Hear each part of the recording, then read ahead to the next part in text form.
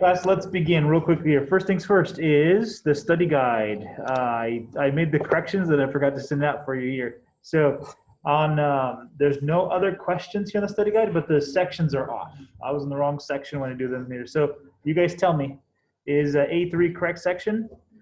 A4, I believe, is A5, right? So if you want to redo this on the study guide, if you have it with you, redo. That should have been A5. We good? Why is it not doing it? That's been post-graphic actually. No. This should be A6. So it should be A3. 1 second, Dylan. 1 second here. Let's see. A3, A5, A6. Is that right? Is that the sections to study? And there won't be any problems at all from like A4 or A1 or A2. correct, yeah, because the concentration is, I didn't want you guys to start trying to figure out, go back through all the homework and try to get all of it. I think it'll be overwhelming here. But if you guys can concentrate on those 3 sections, at least that gives you a good idea to study. So as long as we have a good understanding of how to do each of those sets of problems, we should be fine on the test. Correct, yeah. So we're going to finish up A6 today. I want to show you A7 on Monday, but it's not going to be on the test. This is just for you to, okay, finish up the homework. Let's go with it. I might even chop down some of the homework for A7, just because I want you guys to study more for the test for A3, 5, and 6. 3, 5, and 6, right? Is that the sections? Okay, are we good? That next test on Wednesday, as over here. So I've been updating this little piece right here on your Algebra 2 Google Drive. If you go over here, PDF notes of so I'll put down A7 notes in here, A7 notes here, but this one's important, I think. This one here is the calendar. So I do update this probably on the days that we're off, usually. So Mondays and Wednesdays, I'll take the time to sort of see where we're at. So if you want to take a look at it, that's perfectly. So I'm thinking right here, November, we're going to finish up A6 today. We're going to take a look at A7 on Monday, and we have an exam coming up on Wednesday. We get, so it's updated. If you want to see like, hey, what are we doing in algebra class? Go right over here. You should be able to see an updated version of where we're at. Okay, with that said, we good? Let's finally finish up the stuff. Finally finish up.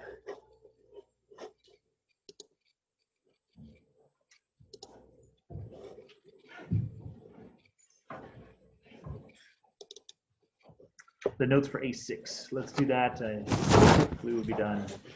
So we are way over here. Whoa. One big book there, Camille. That's what we get to read for English. It's great. It makes me want to cry. Okay. Talk to me. Are we on 56? Is that right? Finished up 56? I believe. Yeah, we finished 56. Finished it. We were kind of like right towards the end. And some people start putting their notes and books away before 56 was done. I don't think we graphed it. Ooh, okay. We've got to graph it here then. So I'm mindful of time. So don't put away your books until we're actually all done. We good? Okay, 56. Landon says we have not graphed it. Is that true? Landon, what is the answers to them? What is the answer? The answer is 0 is less than x is less than 3. Oh yeah, it was a very nice one, huh, at the end. Yeah, it was a very nice one at the end. And so there's that. Oh yeah. And so this is caught. It's nice the fact that it's, we had to switch the inequalities twice, didn't we? We had to switch them first because we divided through by negative. And then we had to switch them again because we were flipping the problem around. Hey, do you remember that from like a long time ago called Wednesday? Okay, cool. All right, bracket or parenthesis? Parenthesis from 0 all the way up to 3, and we get ourselves a shading all on the inside here.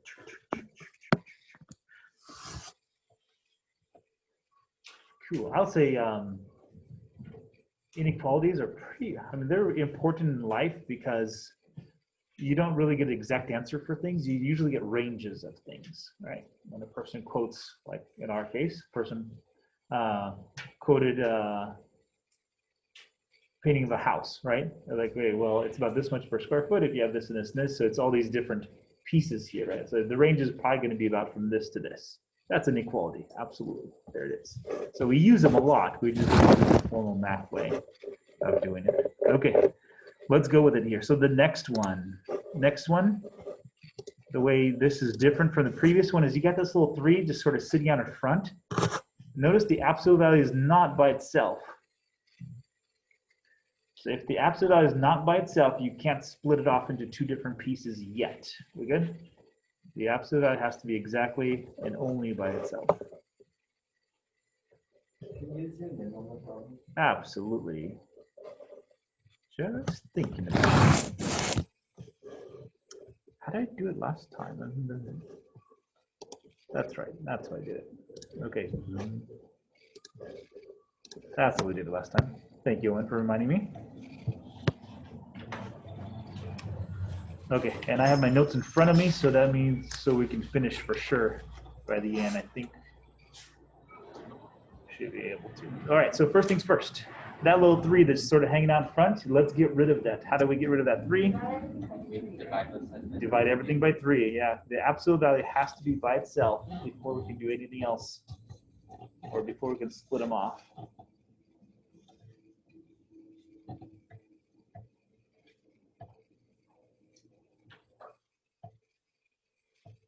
All right, as you guys start that, go for it.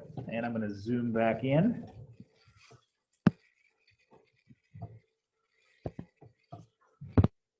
I'm going to start it myself. So yes, here it is. Divide by 3 first, divide by 3. Now I got myself the absolute value of 4 minus 5x is still less than or equal to 3. That's cool. Now we can start splitting it. Are we good? Cool. This one and this one. Let's see. I think the split is, oh, and or. Is it bounded or unbounded? The other one? It's bounded, right? The absolute value, the biggest it can get is 3, right? That's what we're saying here. It's bounded. So -3 goes on this side. Abe, did I trick you with the little 2 arrows? I think I tricked you with the 2 arrows. Loved it. I was waiting for that. I don't know. Because you said unbounded, right? Oh, you didn't say anything. Tristan says, okay, gotcha. Can't see who's talking because the masks are in front of you guys here. So I hear voices. Just can't quite tell whose voice it is sometimes. So did I trick you, Tristan, with the 2 arrows? Yes, awesome. Loved it. I was planning that all morning long. Okay. With this, all yours. Go for it. See if you can do it before me because the rest of it's easy. I am going to subtract 4 from all 3 sides.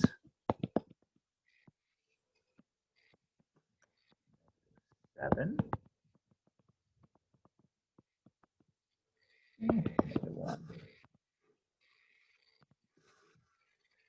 Ooh, yeah. Divide through by -5. -5. -5. Voila.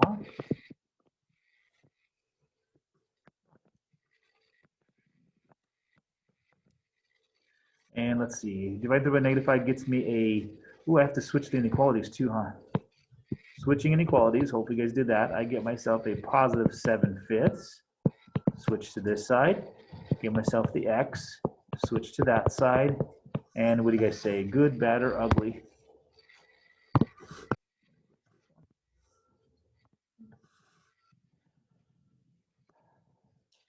Good, okay. I don't like it that way, right? Because it's not flowing from left to right. So what we're gonna do is we're gonna flip the whole entire inequality. We're gonna go from this way, flip it to the other way. So 1/5 goes on this side. 7/5 goes on this side. And the question is, does this make sense? 1/5 is lower than the number that I want. And the number that I want is lower than 7/5. Yeah, it makes sense because it starts on the lower side, right? Goes to the higher side. So 1/5 is here. It is between 0 and 1, right? 0 and 1. And 7/5 between what 2 numbers? What 2 integers? 1 and 2, yeah. So 2 is over here. 7/5 is, let's see, 1 and 2/5. So it's a little bit less than halfway there. So I got this guy. I have this guy as my marker. Bracket or parentheses? Brackets are good. Bracket both sides. Awesome. Okay. I am having really good confidence you guys taking this test here.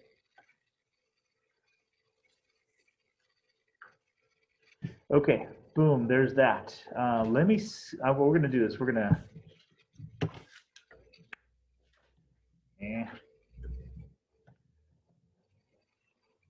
left, that's fine, okay. The 62 and 68, these two real quick here, just to give you a sort of like graph sense of what we're doing, okay? And so let's try them. One is without the absolute value, and one is with absolute value, just this whole concept of inequality. So you guys do not have your, I'm gonna graph it for you guys, we're good? Is that okay? We're gonna go back to our Algebra 2 graphing techniques just really quick here. So what we're trying to do graphically, we're trying to figure out when is this piece here, when is this less than this? We good? So we have two different graphs on our hands. Graph 1 looks like this. From Algebra 1, real quick here in your mind, do you know how to graph that? Like, oh yeah, Mr. H, that's easy. Or, real quick here, I don't kinda, sorta, I think I do. Okay, how about this?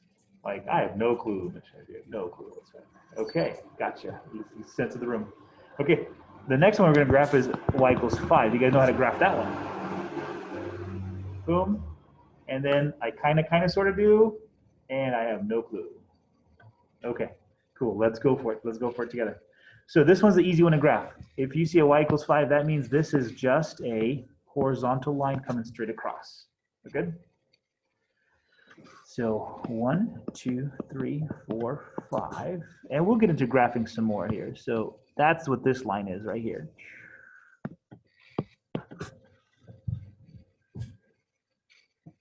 So I just want to give you guys a graphical connection to this inequality stuff. That's what we're trying to grasp. Is this going to be on the test? No, it will not the graphical connection thing. Yes, we good? Okay. Do you guys remember? Some of you guys do. Do you guys remember y equals mx plus b? You guys remember that little thing from Algebra 1? Mx plus b. That's Slope-intercept form. And so the way we graph things is we start off or begin at -1 right here. Good there? Sorry. And then you just tell me to move if you want me to move. Then we go up 3 and we go 1 to the right to get our next dot. Once we get our next dot, it's all over with because we can graph a line at that point. So if I go up 3, 1, 2, 3, and I go over to the right 1 time, that's all I need. We good? So just real quick here, pay attention here because we're just trying to get you a sense of graphically what do inequalities mean? What are we trying to solve? Then if I can keep on doing it because I can keep on slope. I can go up 3 over 1, right? Up 3 over 1 for like a long time. So if I go up 3, 1, 2, 3 over 1, I hit it right here. Oh, look at this, and here's where the two lines hit. Look at that. Boom. Okay. And that means I'm at 2 right over here. Is that right?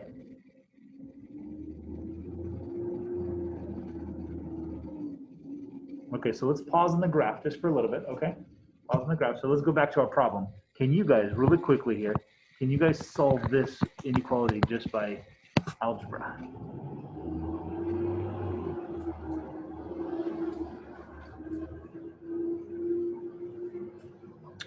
Did I do it 1, 2, 3, 4, 5? 1, 2, 3, 4. Yeah, okay. You're good? Almost there? All right, what do we do to solve algebraically on this guy? Add 1 to both sides. Da, da, da, da. And we get ourselves 3x is less than or equal to 6. Okay, divide by. Perfect.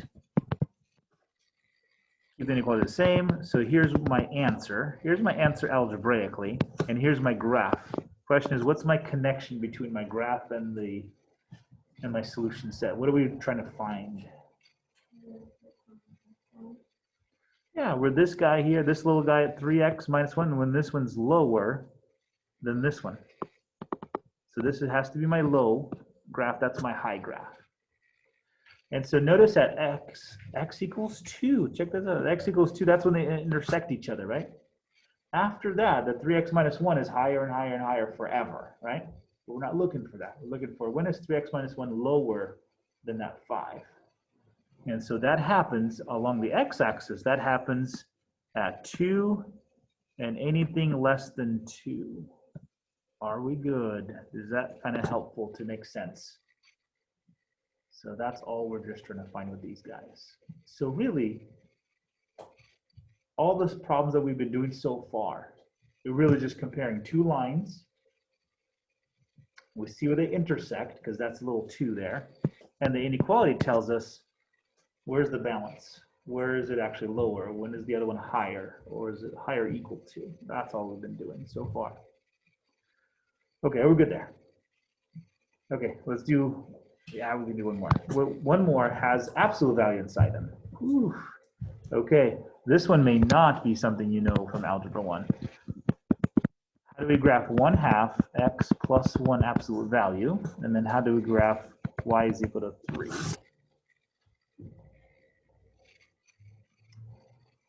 So before we get to the graphing part, let's do this here. Can we solve this guy? Can you guys solve 68 algebraically first, and then we'll take a look at the graph. We'll get the graph connection, see if it makes sense.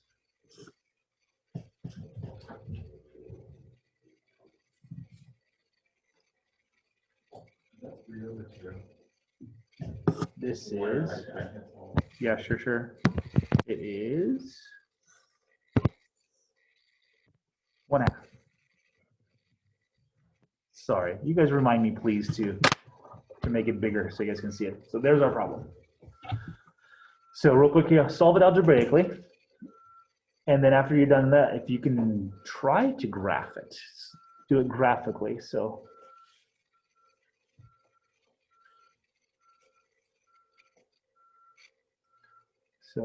something interesting in mathematics is that you can always look at things, problems numerically, just by numbers themselves. You can look at things algebraically, and you could think of looking at things geometrically. Those are always possibilities to look at and see things.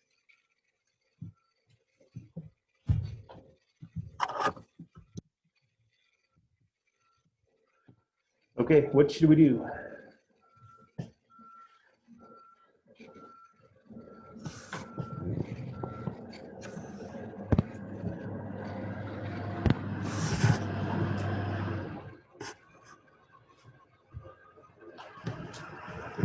I don't know. What do you think we should do? Can we split them off right now? No. We have a little 1/2 in front, huh? Okay, how do you get rid of 1/2? Multiply by 2. That would work. So let's multiply by 2 on this side.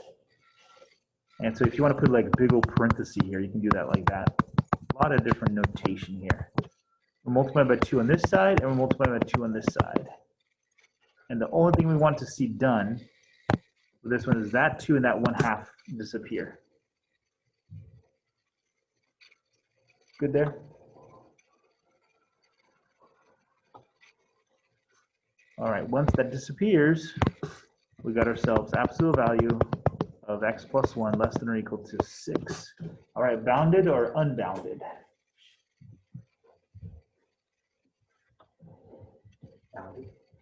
Bounded, very true.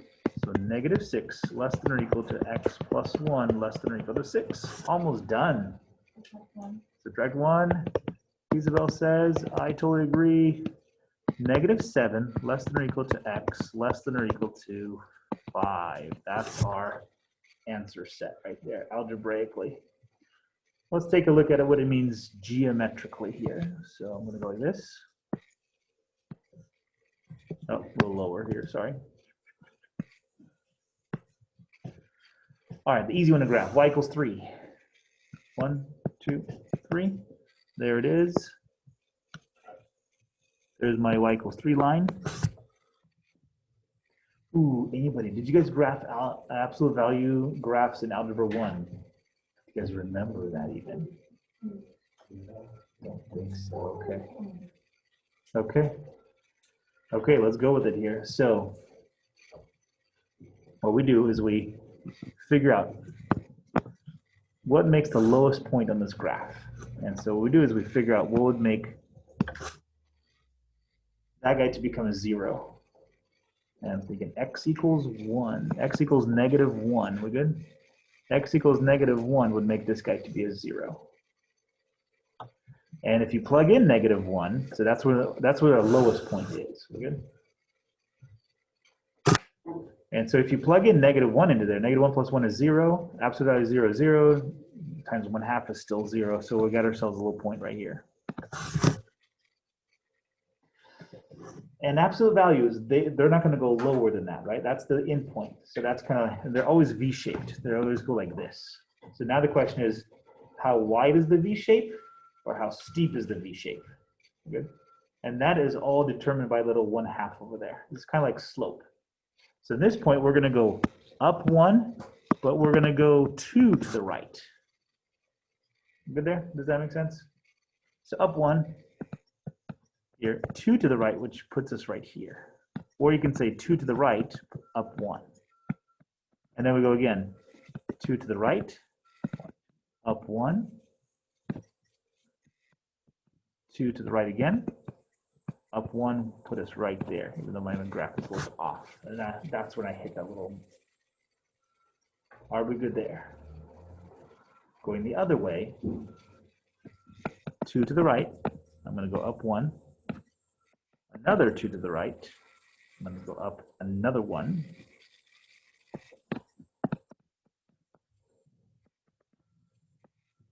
And then another 2, and I'm going to go up 1. There it is. And I need to stop there. So the question is, did I get the same answer graphically? So here's my graph. I messed up. This one's a little low here for some reason. This one should have been a little higher, like this. So here's my absolute value marker. V-shaped graph going this way. A V-shaped graph going this way. What are we trying to find? We're trying to find when the absolute value graph is lower than my other graph. When does that happen along the x-axis? When is this right here? What's that right there? -7. Perfect. And that one? 5 and perfecto. Let me switch it to blue. So that means it happens when this is here and that's there. Everybody agreed? Okay. Boom. Again, just a connection. What are we trying to find? Okay. Now I think we're all set to finish up things here.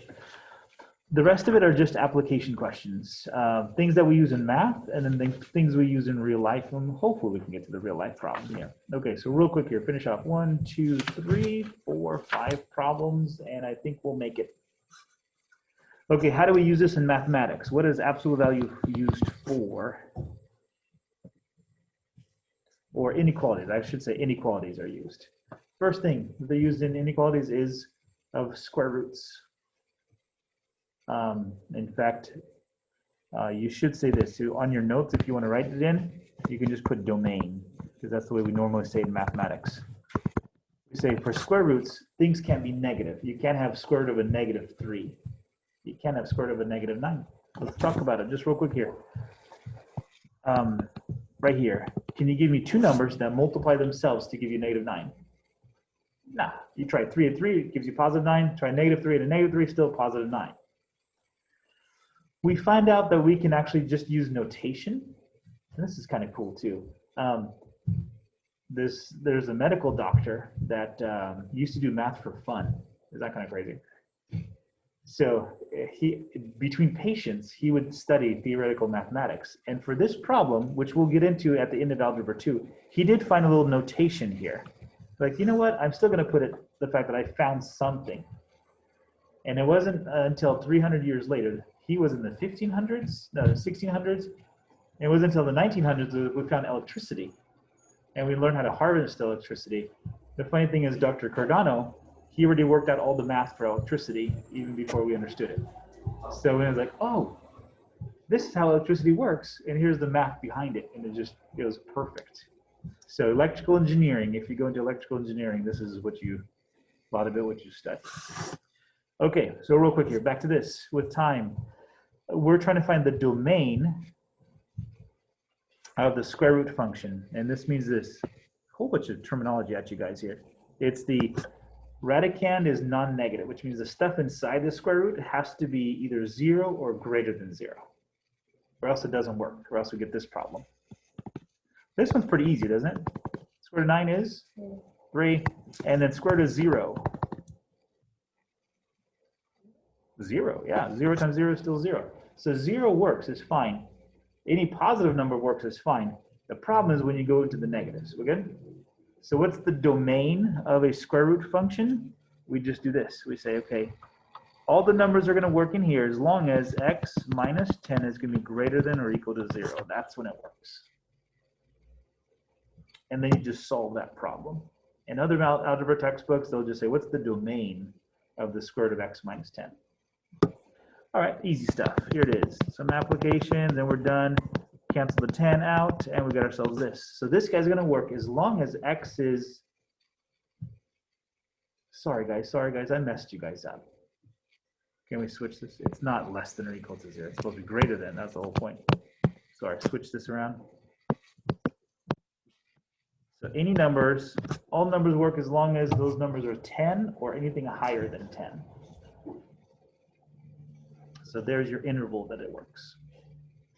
Okay, so real quick here, does 10 work? If I put a 10 in there, 10 minus 10 is? 0 squared of 0 is? 0. If I put an 11 into there, 11 minus 10? 1 squared of 1 is? 1, right? All those numbers work. You just, when you drop less than 10, then you're in trouble. So if you put in a 9 in there, 9 minus 10, negative 1, and then you're stuck, right? You're stuck because of this right here. Okay, how about this one real quick here? 3 minus x. This guy has to be greater than or equal to 0. Go. Solve.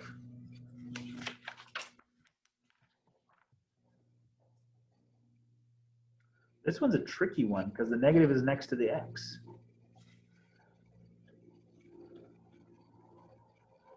Oh, and I like your 6 shooters. Those are cool.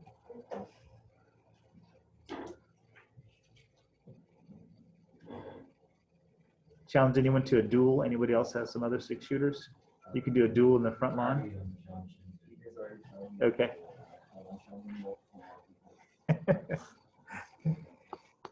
Okay. Subtract 3 from both sides. Good to go. So negative x is greater than or equal to negative 3. Ooh. And then we have to divide both sides by negative 1. Absolutely. And if we do that, we have to switch our inequality real quickly here. So we have ourselves x less than or equal to 3. Ooh. So 3 works. Yes. Notice if I were to plug in a 4 into here, right? If I plug in a 4, 3 minus 4, that gets me into the negatives, right? So that's why this little switch of the inequality happened right here. I can pick 3, but then I go anything less than 3 is what I want. Cool.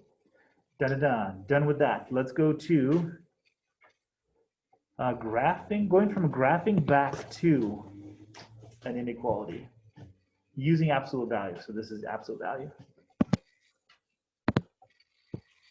We do it one way, we'll do it forwards and backwards here. So real quick here, if you guys can do it yourself, can you write the absolute value that demonstrates this?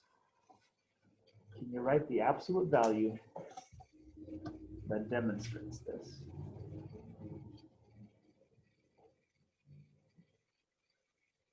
And you can either do it 1 or 2 steps. There's kind of 1 step. This is exactly backwards of the way we normally do it. In fact, if you think back to the first problems we did with absolute value, this is the exact opposite. We we started absolute value, we split it off without an absolute value, and we graphed it, right? This is graphing going backwards. Okay, so let's see if this makes sense. If I were to just write this without the absolute value, I would write it like this. Tell me if you guys agree. Negative 3 less than or equal to x less than or equal to 3. True or false? Okay, that's me writing it without the absolute value. And then still going backwards. Going backwards on this. is now writing it with absolute. This is the bounded graph, is that right? So it means absolute value is less than or equal to 3. So are we good there? This is the backwards way of doing it. And I would say most of the absolute value stuff that we do in real life, there are going to be bounded because you have temperature ranges that can go so much. You have metal that will stay solid only in this range. You have UV light only functions in this range. Let's see. How about hearing? The human ear can hear in this range only, right? So, kind of fun. There's this, you guys ever tried it on YouTube? There's this, it's called the sound test. And you do this mosquito, it's like a mosquito buzzing noise. Ever did it anyway? Stella did it? Oh, Owen? So I had my kids do it. We're all standing there. So the 6 of us, my wife as well. And so we did it. And yeah, I couldn't hear the last 2. Like, that's not cool. So then we had people they were holding up hands if they could still hear it. I think my youngest daughter was lying. I don't think she heard it, but she still kept her hand up. Okay, 3 more problems and 9 minutes to go. So let's go. All right, this one's a little bit more complicated. This is going from, let me just show you one extra little thing here. Notice the middle of this piece right here. Notice the middle is 0, right? Because absolute value just says you got this far and this far from the middle. If I were to switch this little, if I switch this little 1, right, and if I switched it to 1 over here, then the 3 and the -3 would change, right? It would be a 4 and a -2, correct? That middle would be switched off. But I still, notice what I do is I still go that far out, right? So if I were to switch it to a 1 in the middle, I would go out to 4 and I'd go down to -2, but I would still be going out 3 units from each side. Yeah. Are we good there? Does that make sense? So the numbers have gone. So now let's go with English into mathematics. I need all the real numbers at least 5 units from 8.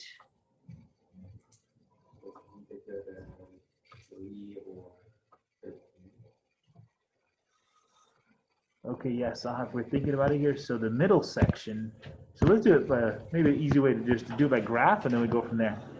All real numbers at least 5 units away from 8. What's my middle?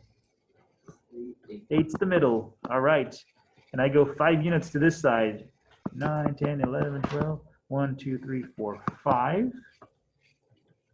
That's 13 over here. That's 5 units away. I go 1, 2, 3, 4, 5. That's 5 units away, and that's a 3. Good there. And so at least 5 units. So that means, let's see if this makes sense. My graph, the way that my graph works is this right here. It's going to be this guy going off in this direction. True? Is that right? I'm at least this far away from 8 this way. And I'm at least this far away from 8 this way.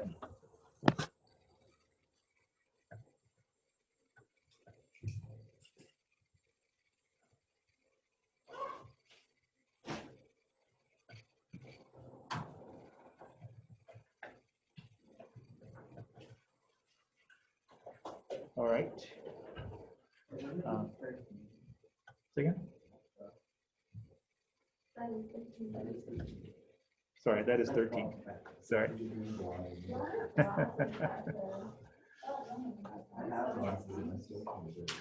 So real quick here, let's think about it. This is bounded or unbounded? Unbounded, going this different direction, right? And so we can do the work behind this. It's kind of like 4 steps you have to do, but I think we can kind of see it from here. So we're going to look at this x minus 8, absolute value.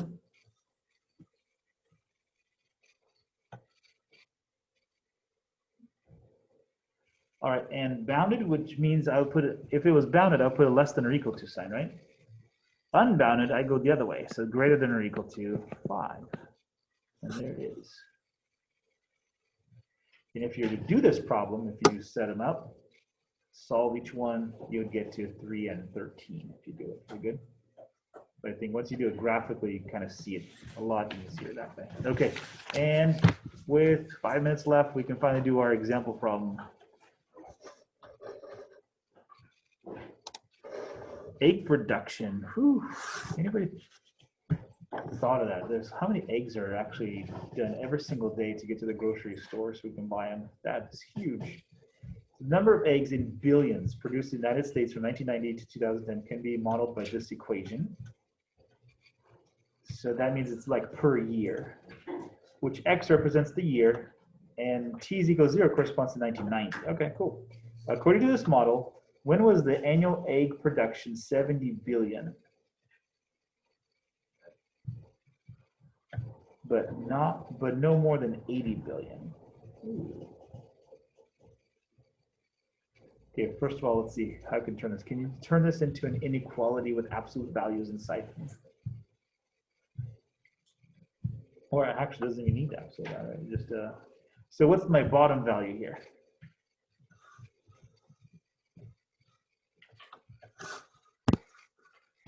Set it up.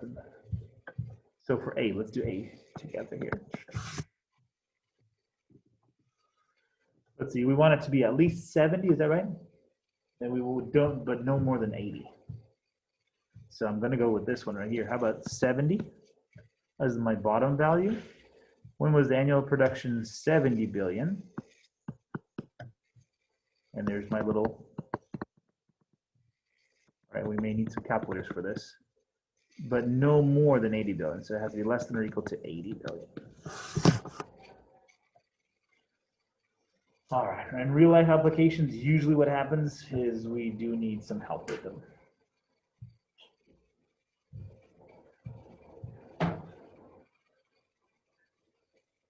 Graphically or otherwise here. So let's see. Can we solve this guy here? I think we can. Can we subtract? You know how when we used to do this, we used to get rid of the decimals and stuff like that, right? In this case, I think I would probably want to leave the decimals in there and maybe work it out with a calculator. Anybody got a calculator handy with them? Who has a calculator that can help?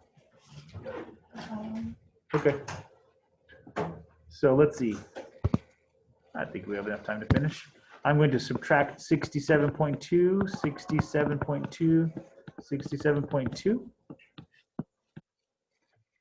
70 minus 67.2 is 2.8. Okay, 1.64 T, and 80 minus 67.2. Awesome. Divide each of those numbers by 6.4 or 1.64.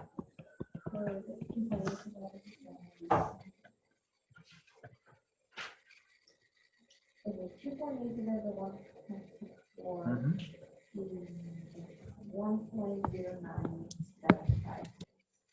1.09. I'll just go with 1.09. 12.8 divided by 1.64.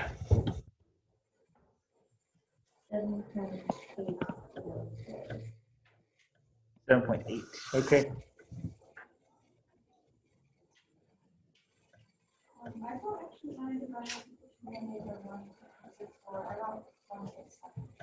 1.7. Okay.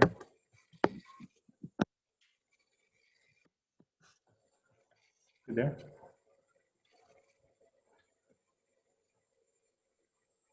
Okay, A, with a little bit of time to go here. So we have a range here as well, right? The range is anything from 1.7 years to 7.8 years.